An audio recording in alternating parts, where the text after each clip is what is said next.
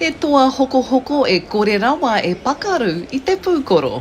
Ko te nuinga o ngā mea ki roto I tēnei whare, he rimatara, te nuinga o ngā kākahu, tu atu I ētahi mea motu hake rawa atu. Op shops were always cheap until recently, and now having a cheap op shop again will be awesome.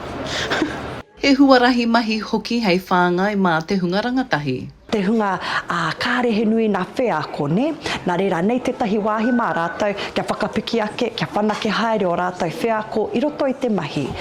Ka tahi anoa Darius Whitbrock ka mutu I te kura tuarua, koe nei te wā tuatahi kua whai mahi ia hei kai hoko. They might not have the hours or the experience they need, and especially for someone like me with a visual impairment, it's a lot harder.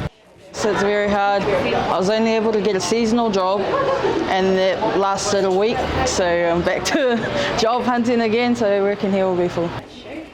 Ko te hiehia hoki ko te tautoko I ngā Pākehī Māori. He mea nui ki a mātou te whaihononga atu ki te o ngā Pākehī Māori.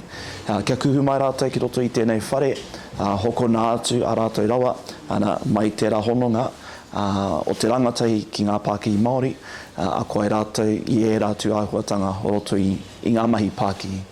Nā te Tarahiti Pursuit Community tēnei kaupapa I whakatū hei tautoko te hunga rangatahi ki te whai mahi. Aroha Treacher, tai oro.